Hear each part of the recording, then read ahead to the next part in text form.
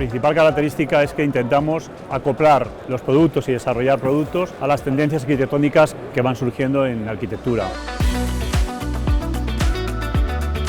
Cada vez existe un mayor interés por abrir espacios en las viviendas y nuestro afán es desarrollar productos que siempre den soluciones a esas tendencias arquitectónicas.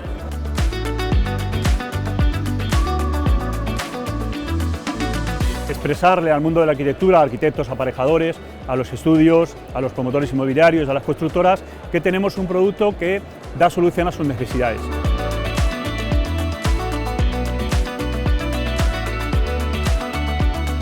Tanto necesidades para proyectos de vivienda como para edificios.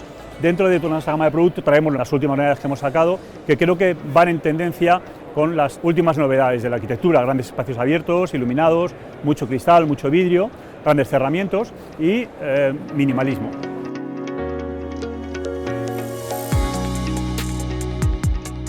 Bueno, es un servicio que muchas veces es desconocido por el mundo de la arquitectura. Nosotros ofrecemos un departamento que ayude y acompañe al prescriptor cuando está haciendo un desarrollo de un proyecto desde el origen, para poder dar solución a sus inquietudes o corregir las necesidades que pueda tener desde el principio. Es importante que conozca que es un departamento que ayuda tanto al desarrollo de cálculo estructural o soluciones, como las necesidades que hagan falta de producto nuevo para desarrollarlo por parte de la industria.